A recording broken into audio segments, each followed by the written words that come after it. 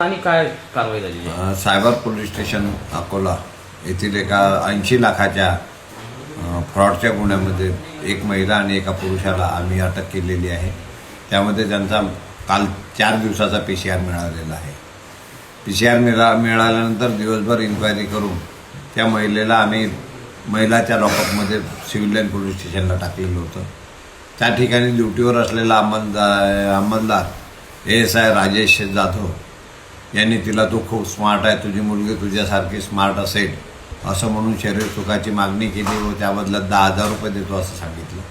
त्यामुळे ती महिला घाबरल्यामुळे ती माहिती आमच्यापर्यंत आली। आम्ही त्या ठिकाणी गेलो, त्या पीडित महिलेची आम्ही फिर्याद घेतली।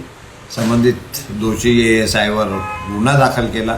सदर गुन्ह्याची माहिती माननीय पोलीस अधीक्षक सरांना दिली।